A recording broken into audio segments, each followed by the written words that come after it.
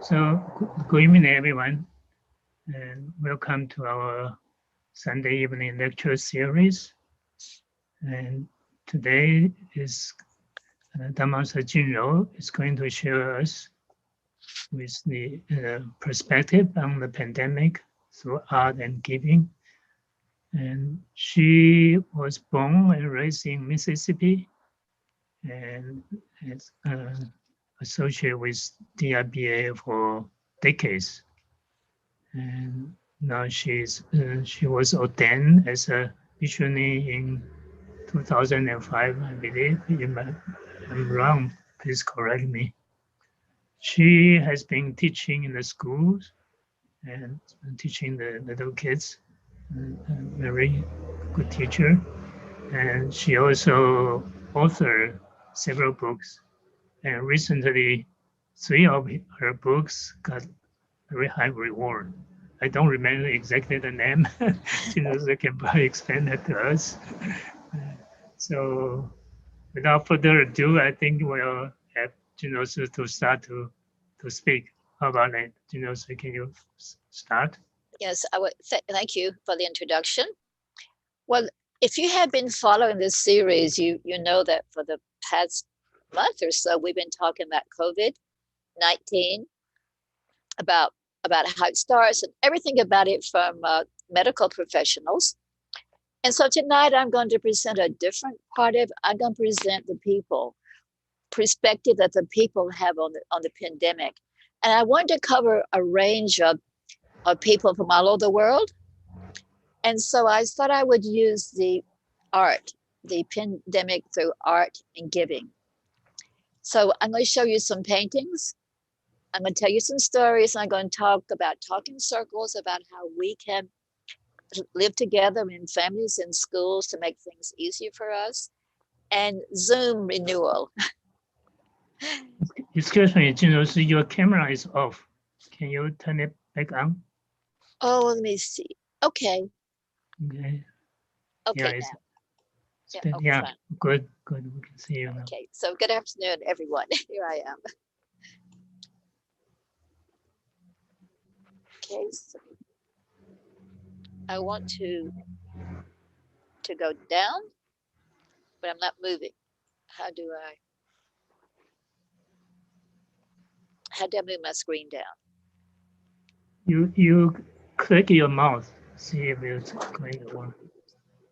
Okay, that happened. That worked. Fine. Yeah. Okay, I'm okay. I'm okay. Okay, I'm gonna start the video. I don't need the video now. I want to start off with a quote by the Venerable Master. He says, if you have no obstacles in your own mind, then outer obstacles will not hinder you or cause you to worry. So I want you to reflect on this, what it means in terms of the pandemic.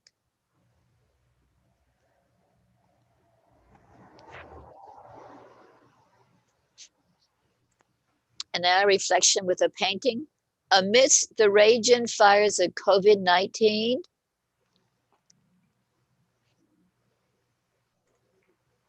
be calm, serene, and helpful. So I'm going to begin tonight with a series of paintings by one of our teachers at the City of 10,000 Buddhas. Her name is Jacqueline Farley, and she's from England.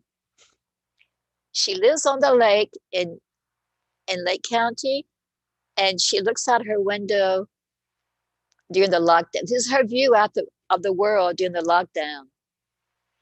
And so she paints what happens on the lake, the 2 paintings you just saw,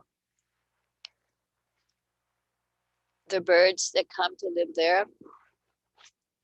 And she also paints what people do during the lockdown. For example, a neighbor has time to hike.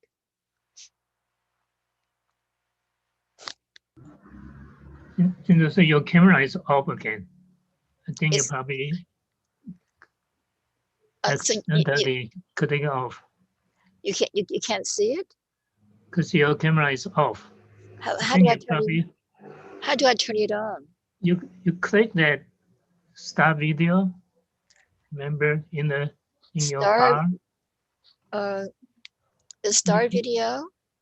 Yeah, you have on the top.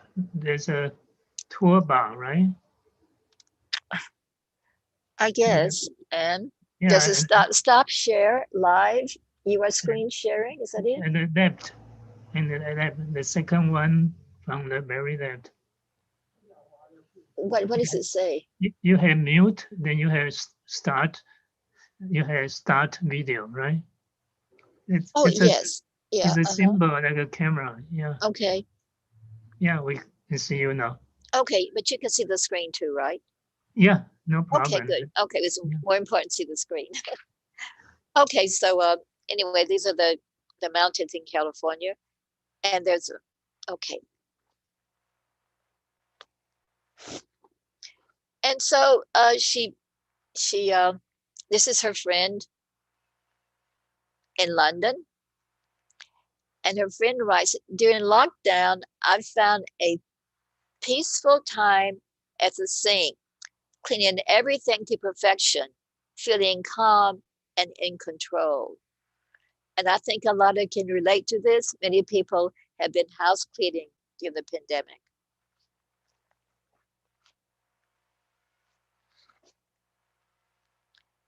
And this is her cousin. In my location here, I'm listening to news on Sky, calling my dear friend Jack, hoping it will end soon. This is Lila in Israel in May 15, 2020.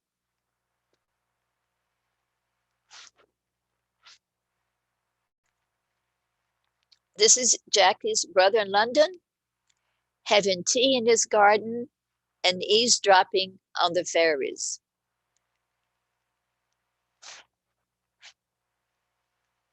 And this is Jackie here. She just had surgery on her hip.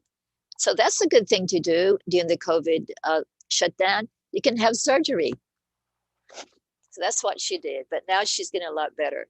So this is Jackie, a self-portrait. Now I'm going to switch and I'm going to something new, something different now. And this is, these are paintings that I got from Washington Post. Had a contest, a worldwide contest for anyone who reads Washington Post could submit their paintings to this. So I have paintings from all over the world of how people see the pandemic. And this is called L'eau de bleach, because the sanitizer is like a new perfume, because everybody smells like sanitizer. This is by Bambi Ramsey, 45 years old, and she lives in Redding, California.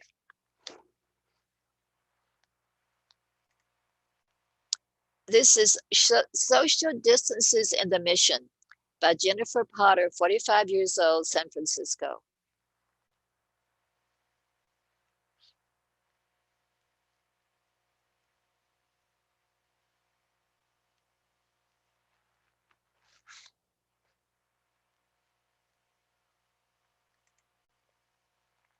And this is from London. This is Sylvia Georgia Eva from Selvita, London. So she's talking about how quiet the streets are, but her mind is not quiet. So she made a collage of herself looking at the quietness in the street, trying to quiet her own mind.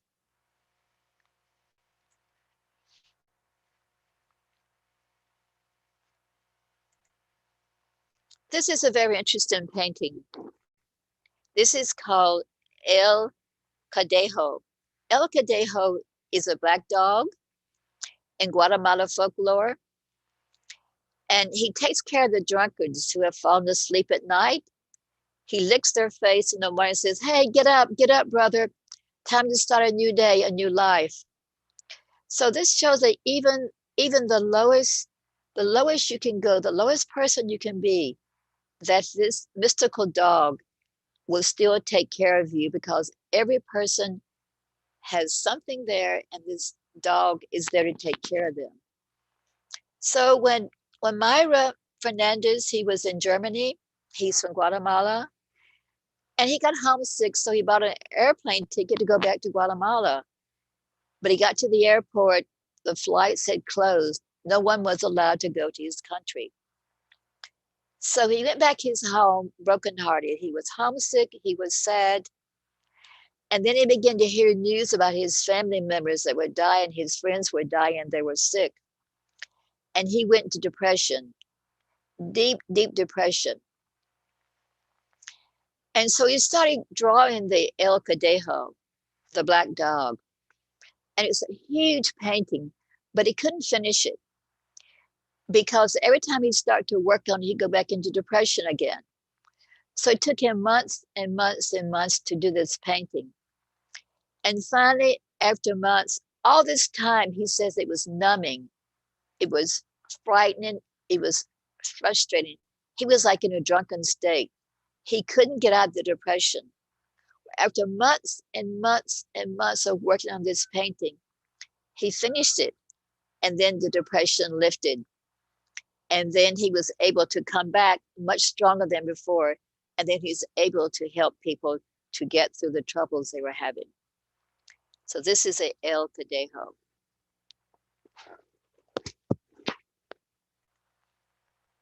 This is Lisa Gordon. She's a female doctor.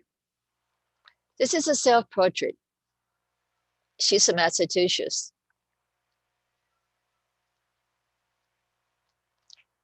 She didn't say much about it. She just said it was a self-portrait, but I call it Trust in the Mask.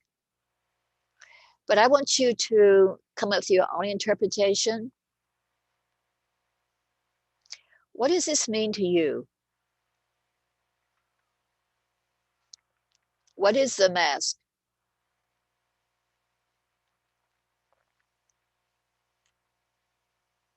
Why would it be a sign of trust?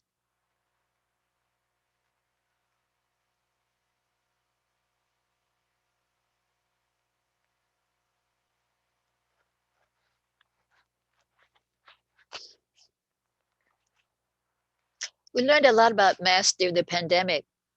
We learned that actually doctors and nurses wear masks to protect the patient. But now they're wearing masks to protect themselves as well as the patient. So the mask has become a very important symbol during this time. Probably the two things that helped people in the United States of America the most was wearing a mask and the stimulus check. These are the two things that will probably go down in history for most people. And this is by Jennifer Markowitz, and she's from Raleigh, South Carolina. And this was hand embroidered on silk. She used the most precious material to embroider upon.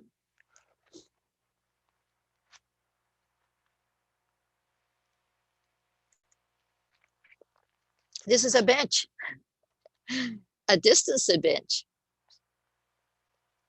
in Washington State by Kimberly Kelser. It's just wood, the tape measure, and cinder blocks. Very functional. Anyone can sit there. It's what it's made for. It's made to sit on. But it's very symbolic during the pandemic.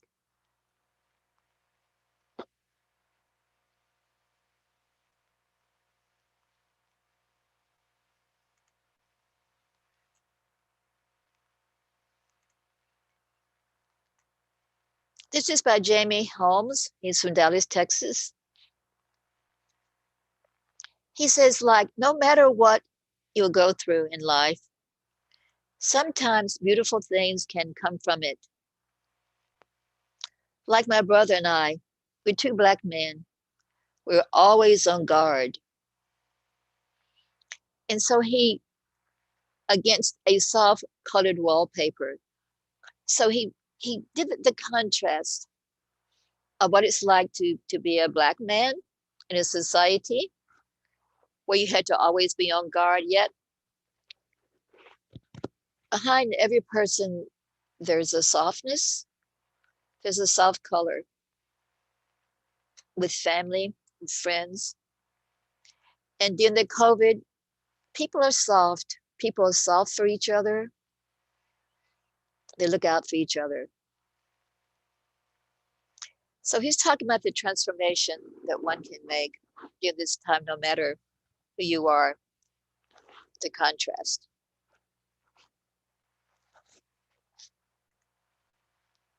This is just the Buddha, peaceful Buddha. This is done by Gladsona Somala Lal in Folsom, California. She says it just made her feel peaceful to paint the Buddha and to reflect on the kindness and compassion of the Buddha.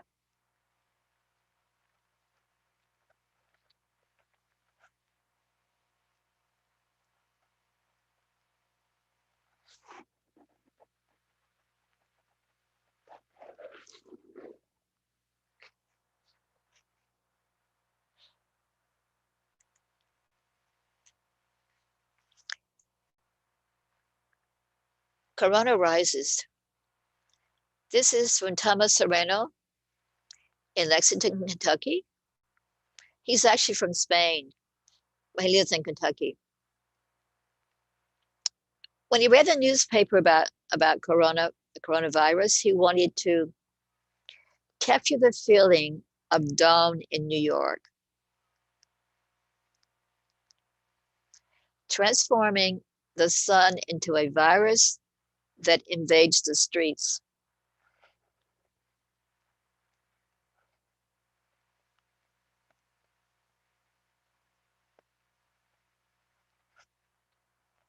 You can reflect on this, thinking about in the morning when the sun rises in New York, the streets are dark, but the sun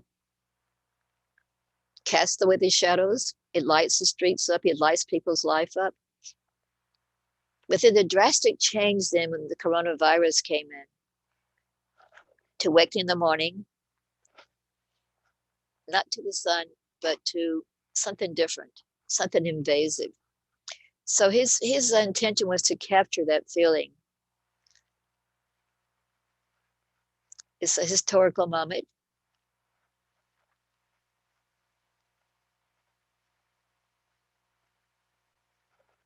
Something that can be written about.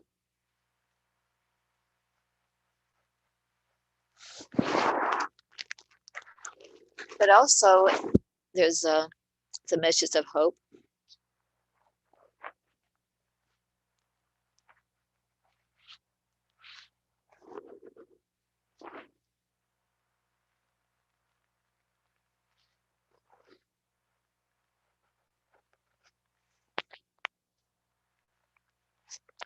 Moody little guy. And this is from Elizabeth Lana in Pittsburgh. And she, a critic on wood panel. So she wanted to help the Pittsburgh food bank. She wanted to donate money to them, but she didn't have any money. She didn't have enough money to give them what she wanted to give them. But she could paint. And she had some wood around. So she began to paint big paintings on the wood. And then, so what she would do, she'd have people to donate money to the food bank. And then then she had them to send her a screenshot of the receipt of the money they had donated and tell her what kind of painting they wanted. And then she would paint the painting and put it on her front porch, and people go pick it up. So this was the way for her to make her dream come true and to donate to the Pittsburgh Food Bank through her art.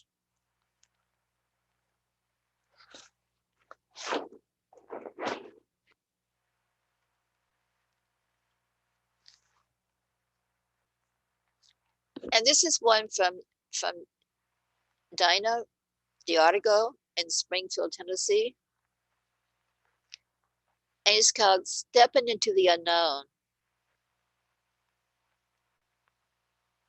So she was wondering, what is life going to be like after the pandemic? And she was faced with insecurity because she didn't know what was going to happen. No one knows what's going to happen. So it's like wearing a mask.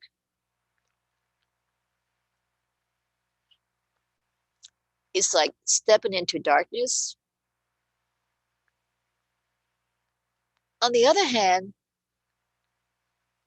it could be a reminder that life is fluid, it's ever changing, and it's okay not to know what lies ahead.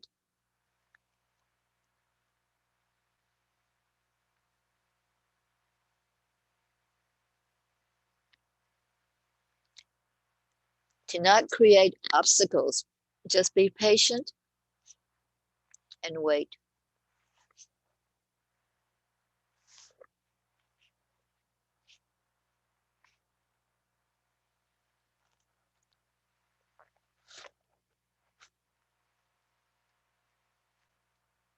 This is from Suwana Muñez Melendez from San Juan, Puerto Rico.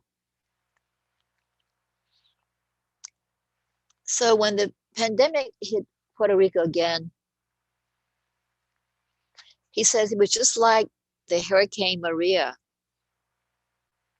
It was the same thing. It was the hurricane destroyed life, much life in Puerto Rico, the life he knew, the life everyone knew was destroyed by Maria. And now with the pandemic, it's even more destroyed. There's even more uncertainty, even more destruction. And so he says, like it's just like the salt. Like the salt from the hurricane destroyed everything, destroyed the plants, made the soil unfit to harvest, to till, to cultivate. The salt destroyed a lot in Puerto Rico. Salt can be very destructive. So he says, out of this destruction, though, out of this instability comes a flower, and the flower is new hope. It's new hope to be better than before, to come out of the salt and to bloom into beauty. It's kind of like the lotus blossom in a way. So this is his reflection on the pandemic.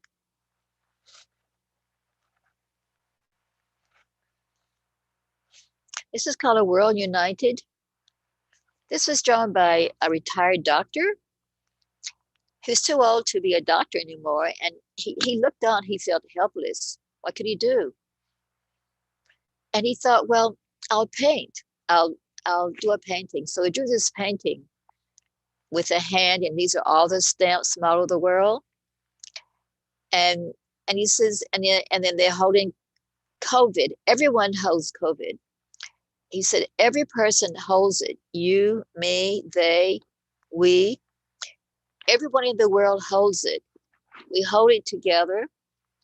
And this shows our connection to every person in the world. There's not one person we're not connected to. And he feels like a response to COVID is people are realizing for the first time that we are connected. We're no different. It doesn't matter who you are, where you are, whatever, that we all are responsible. COVID belongs to all of us. The COVID is everywhere. And so may all unite in divine effort. And this is his hope for a world united that he expressed through art.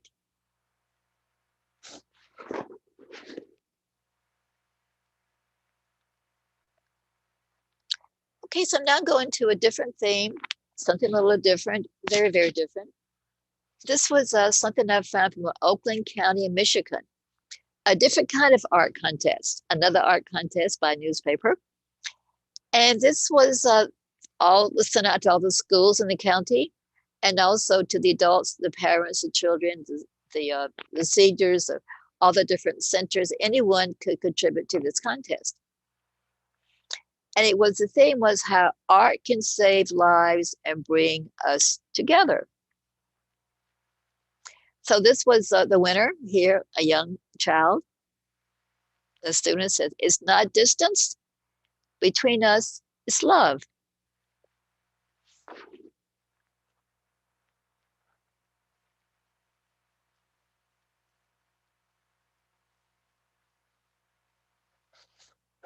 You can just reflect on this.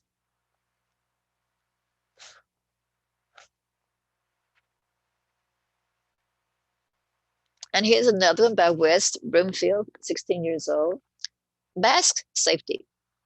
So these are all the different kinds of masks and the different kinds of people that wear them. All over the world, people are wearing masks. Keep your mask on.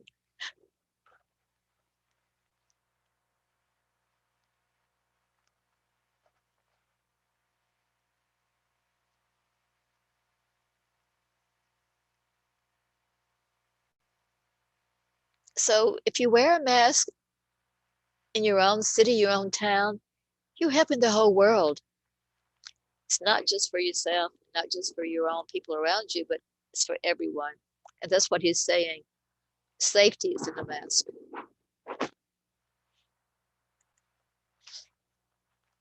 Okay, he's Sydney Gothard. We're all in this together.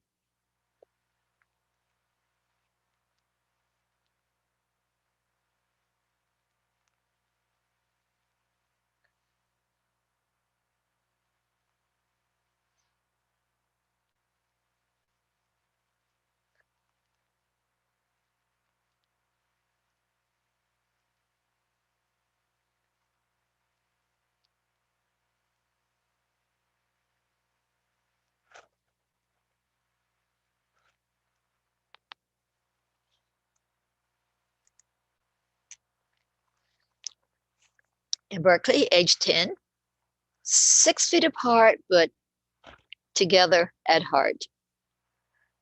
A very heartwarming reminder.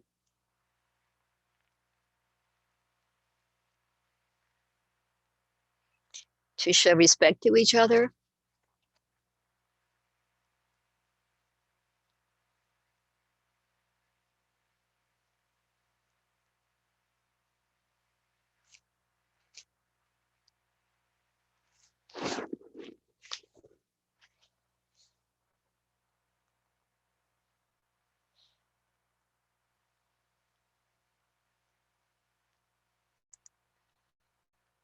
Okay, this is the art part. Now I'm going to talk a little bit about giving.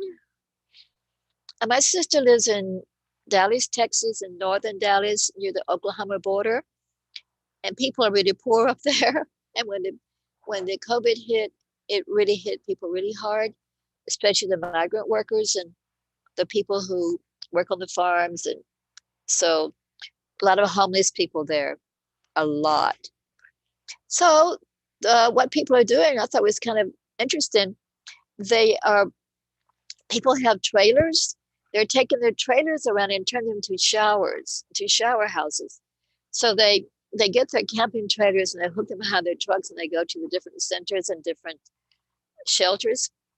And where the homeless people, they live in their cars, they live in tents, and they have free showers. They take the people who donate the showers, they take shampoo, they take towels, they take razors. And so people can go in and take a shower, they can wash their hair, they can shave. So everybody's doing that. Anybody who has a trailer, a camping trailer like this, they've been taking them around and setting them up so people can take showers. Very simple. I thought this was really, really a great way to give, a great way to help people. Showers are very important. Just to wash your hair.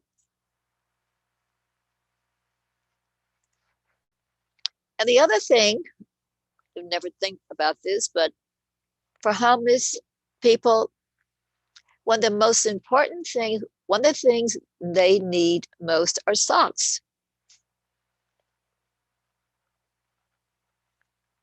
Because, socks wear out, they lose them, they get wet.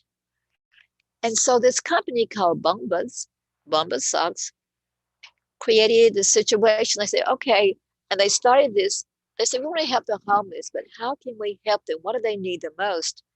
And they found out with socks, so they did a lot of experimentation on how to weave and how to make really good socks.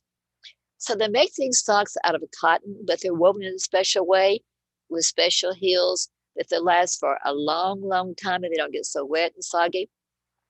So if you buy from Bomba, if you buy one sock, then they donate one pair of socks to the homeless people. So one pair of socks donated comes from one pair of socks purchased. So I know about this because my sister. Here's my sister, at least it looks like her. She's one of the, she's one of the distributors of socks. So she has they sent her thousands and thousands and thousands of socks. Her whole living room is full of socks. And she had to find out all the different centers, all the different churches, all the different shelters in southern Oklahoma and northern Texas that needed socks.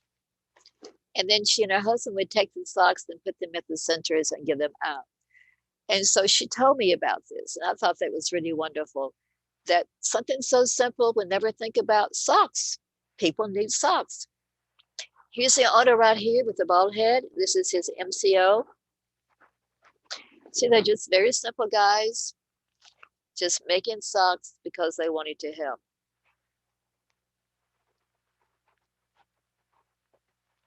So they're really good socks. My sister sent all her family Christmas presents. I got 2 pairs of socks. They really, really are good socks.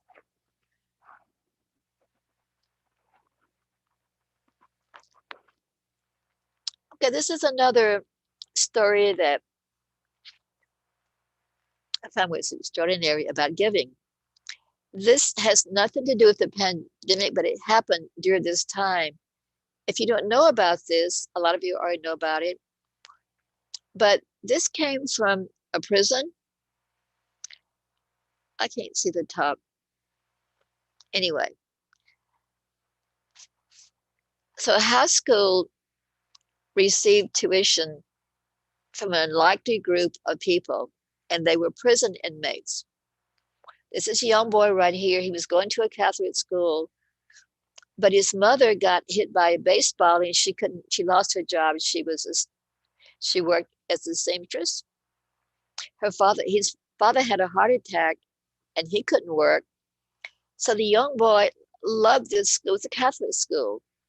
And he was his first year freshman. He wanted to finish school there more than anything else in the world, but he knew he could not because the tuition was very expensive.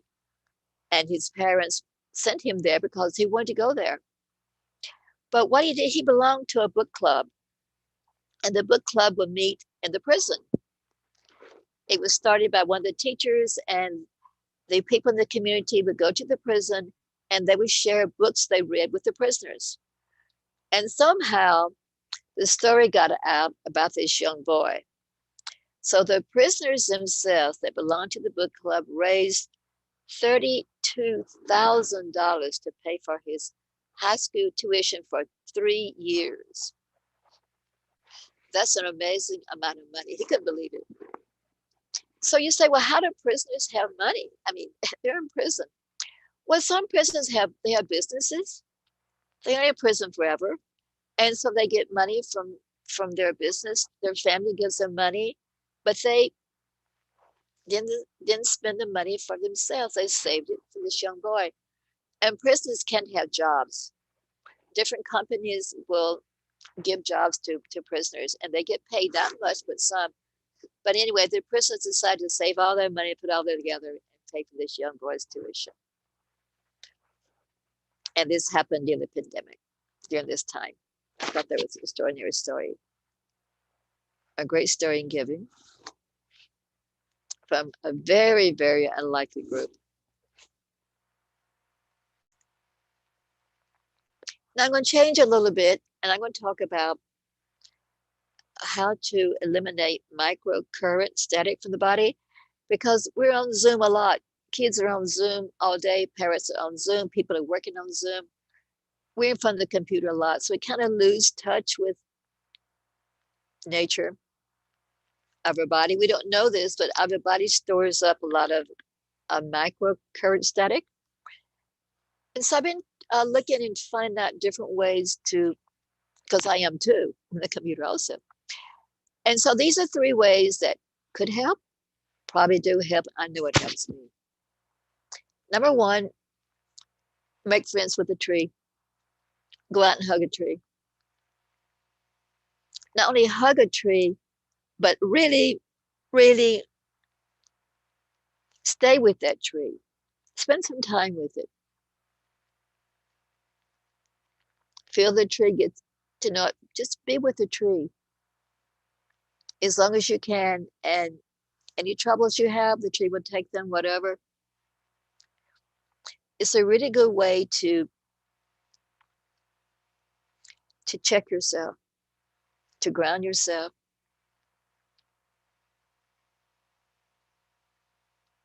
And it's a wonderful way to have a good friend. The other is to walk barefoot at least 15 minutes a day. On grass if you can, but just walk barefoot.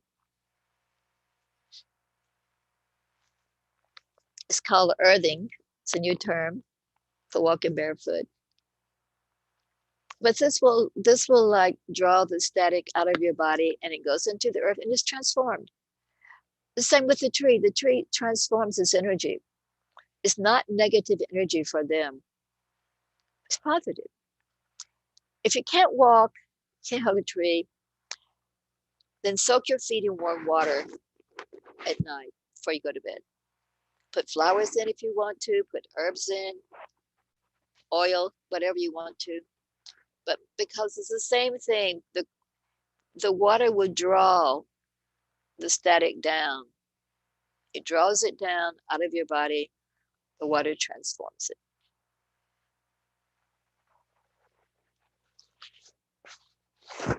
This is 3 ways you can try, especially for your children. It's very important to help them to eliminate the static.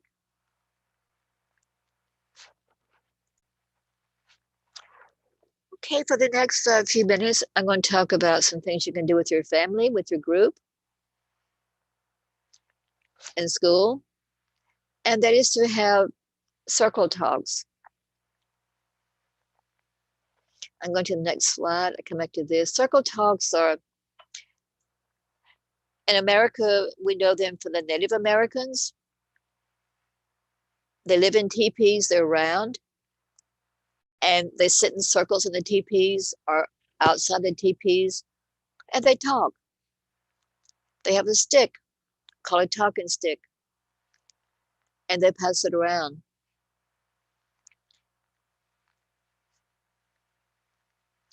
So a lot of schools are doing that right now. You can see it's become very popular. Families could do this. Families are together many hours a day. They're closed in. There could be a lot of tension. And the kids also wonder what's going on. They have opinions about what's going on. They have feelings that they need to talk about. So the walking stick is a good way to do that. The rules are, you can make your own rules, but the one rule is whoever has a stick does the talking. No one is allowed to interrupt. No one is allowed to give advice or to tell the person that they're wrong or to argue with them. They just listen. So whatever, anything that's going on in your family, any crisis in your family, maybe the death of someone is sick, kids are worried, they won't talk about it. And it's a good way to get to know your children. What's on their minds? How can I help them? It's a good way for kids to get to know their family. What problems do their parents have? Parents have problems too.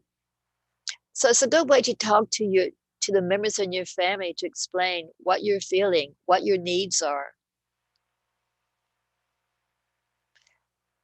what your day was like, without being interrupted. Another rule is, sometimes even if you're talking to someone in the circle, some people never use the word you. You did this to me, you did that to me. They always say, I feel really bad because you hurt my feelings today. You said something to me that really hurt my feelings. But you always take responsibility for what you were saying, what's on your mind, what you need to know, and what you need from other people. Now, sometimes it's hard to listen. So I was thinking that if you're in a circle, especially with children, it's hard to listen to someone. They can hold a listening stone. And this stone would remind them to listen. It's not their time to talk.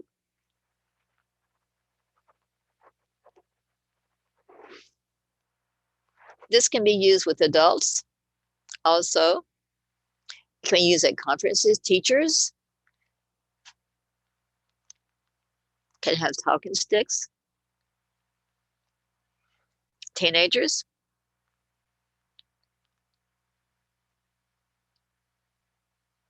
Whatever event is happening, a talking stick is a good way to talk about things, to work out problems.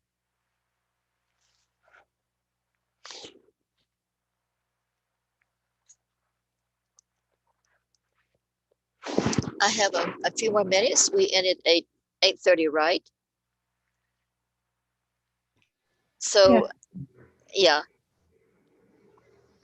So do we have time for questions? Yes. Are you ready for questions? Yes, I am. Okay. So anyone who's listening, if you'd like to ask a question or make a comment, please, you can type in the chat box or raise your hand or just speak up.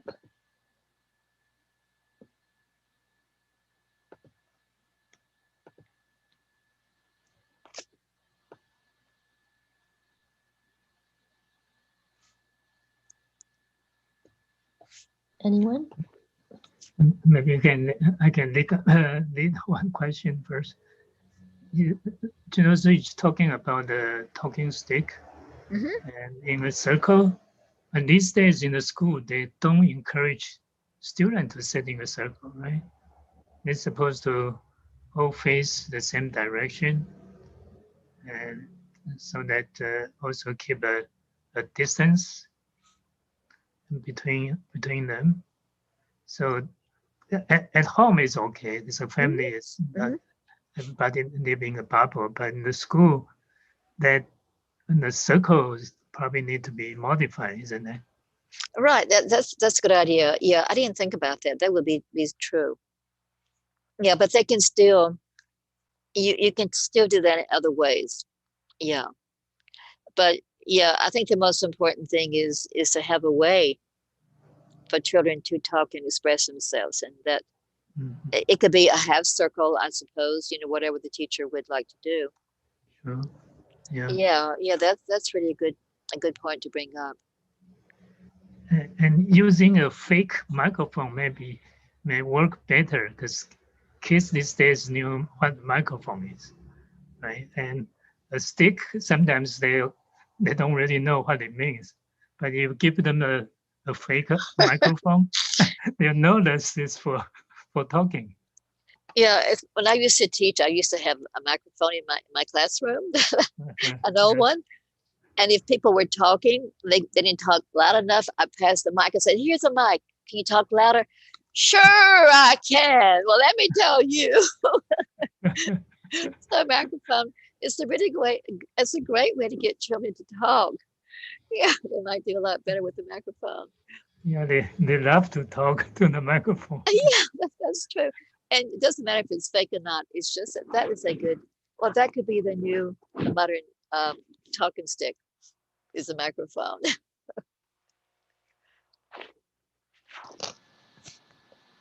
There's a question from Monica. Okay. How did you come up with those lovely paintings? Did you go through a lot of them? Yeah, I did. I went through lots of them because there were many of them.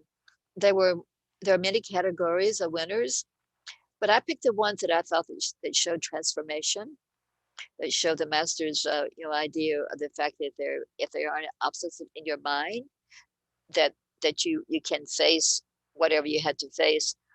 And in every situation, I felt like there was an obstacle, and through art, the artist was able to see through it, and also to pass this down to others.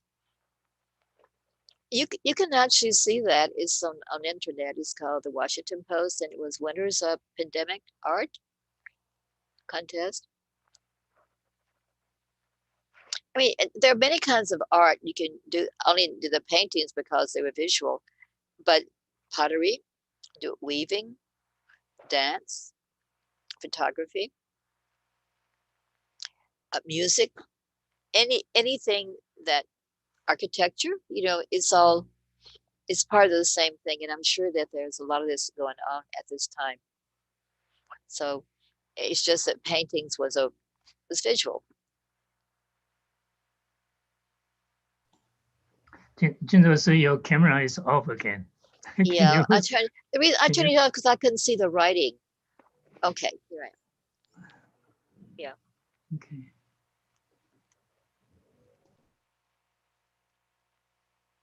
Are there any more questions?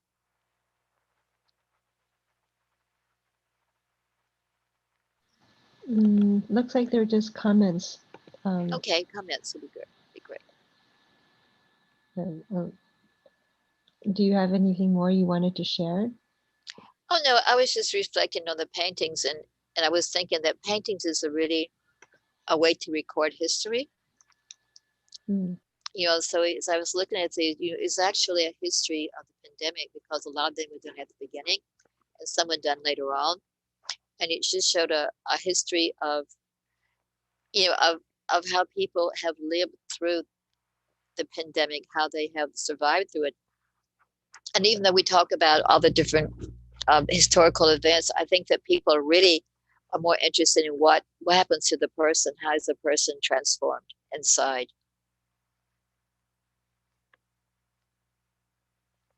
And I think that almost we could all talk about that, how we've all come to see how we're so connected in the world, and the connections during this time are very, very strong.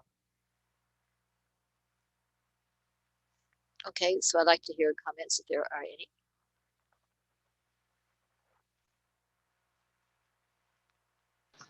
Maybe Dale, could you say your comment?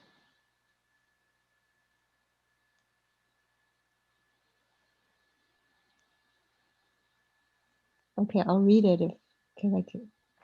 It says, Jin Rou, as I know you hold a camp with kids in Sudana Center several years ago, will you do that again?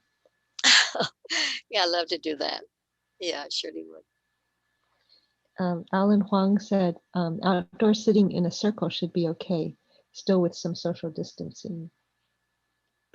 Yeah, I think the teachers would work that out. Yeah. But I think this is and it's very important in the home. I can imagine how this would help families who just to talk through things. no matter how peaceful your family is, it still helps. It just gets you to know each other, to come closer together, and to grow as a family. Yes. I remember you shared this method with a family that received, I mean, they really benefited from it. Oh, yes. Yes, I did. Yeah. Yeah, especially when a member of the family is sick, because the children worry so much about their family if they're sick, if they're in the hospital, or they had an accident. Well, children are terrified, but they're afraid to talk. They don't know how to talk. They don't have the language or to talk. So sometimes it's just by let them just talk. Just give them a chance to talk, and everyone listening. It's very powerful. And then they understand, and then they can help because they want to help. Monica says maybe schools at CTTB can have kids submit their paintings via Zoom for going through the pandemic. Yeah, that would be wonderful. That would be, yeah. And Qingde said, thank you, Dharma Master Jin Rou. You are giving a very effective stress relief under COVID-19 time. I hope so. Can you say more about or maybe through your sister, about serving or the homeless? Any experiences from that?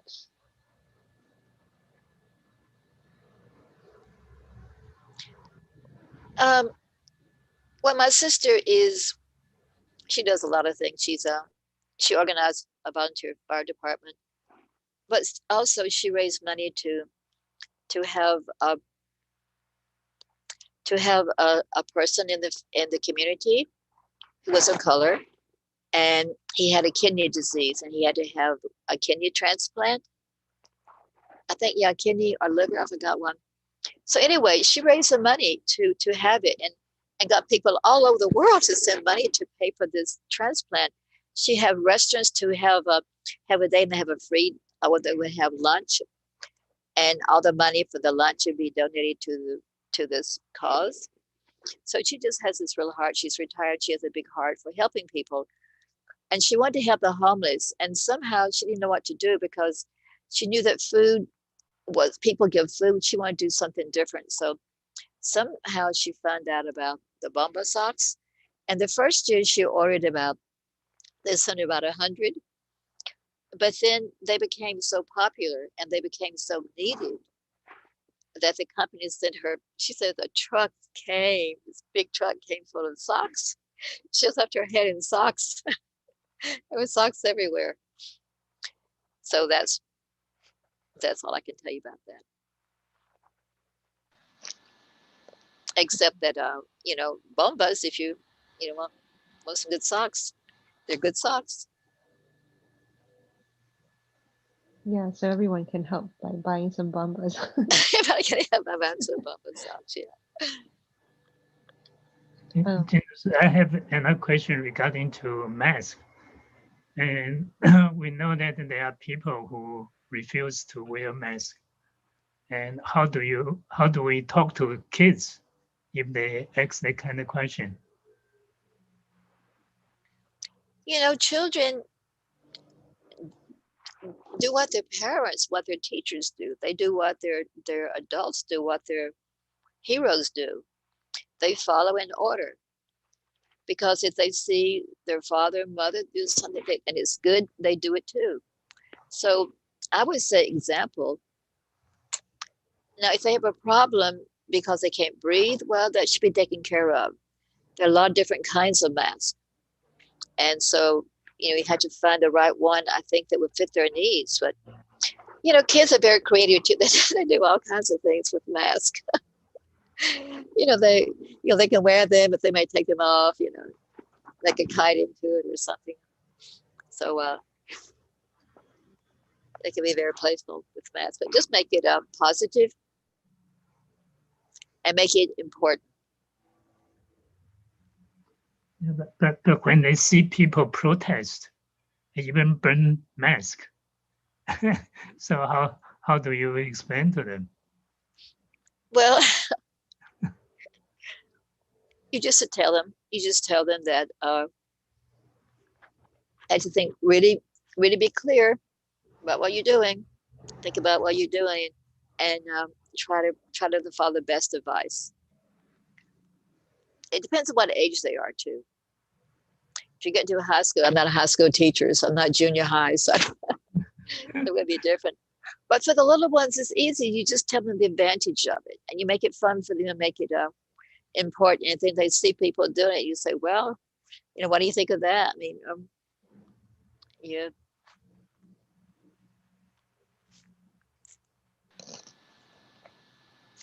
Somebody suggested that you can design masks that will inspire people and make it fun to wear. Of course, that's the best thing to do. Yeah. My sister, another sister, just sent me a bag of masks for the children here.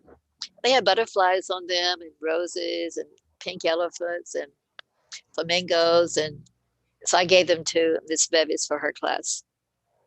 I mean, they're made from cotton, but you can wear the the regulation mask underneath, and then you can wear the fun mask on the outside. Nice. Yeah.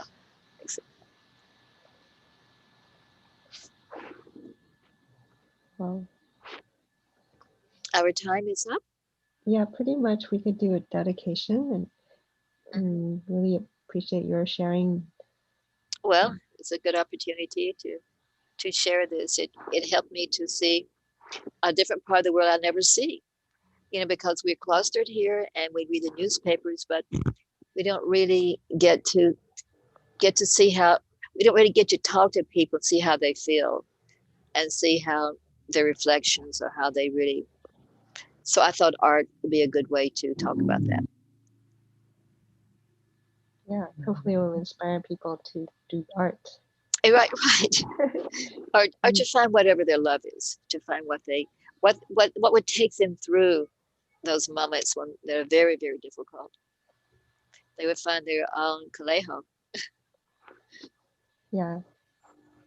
So I want to make a couple of announcements. I'll share my screen.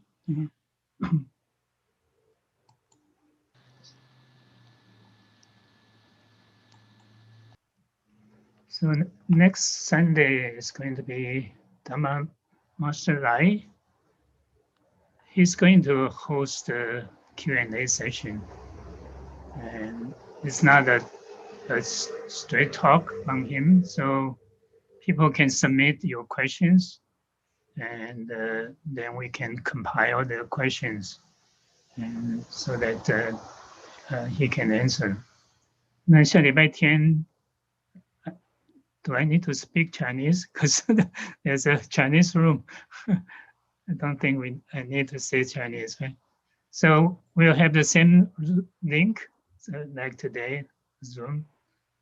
And again, there's a simultaneous translation for Chinese. And this is a link for the Vietnamese Zoom group link. And also a live stream on YouTube, so here. And the next slide just show that people that if you can send me your questions by Wednesday, then we'll make sure that we can compile all the questions together. And of course, it depends on how many questions we receive. So it's a limited time. We probably won't be able to answer all the questions. We'll try to accommodate everybody's question. Okay. So that's all I have. So want to dedicate merit, maybe. Means are you ready to dedicate merit? Okay. Work together.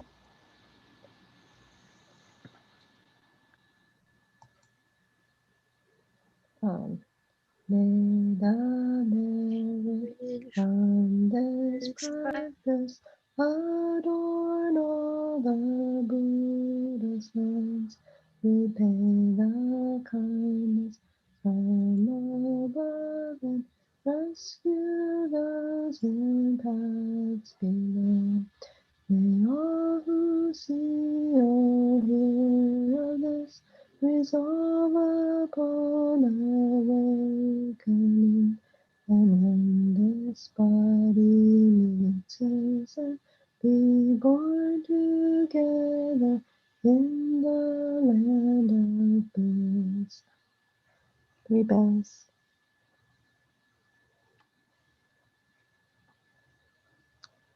Bow in respect to the Venerable Master.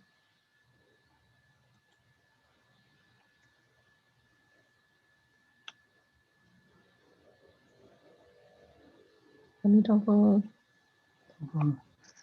Good night, everyone. I was told that I get people the wrong email address. Let me go back to this one. Okay, it's DRBA, not DR. Okay, this is DRBA, not DRAB. Okay. The rest will be the same. Okay, so it's DRBA. Okay, all right. Amitabha, thank you, Jin Rou Si, for your very inspiring talk. Also, thanks, Haiyan Shi, hosting the Q&A session. Amitabha.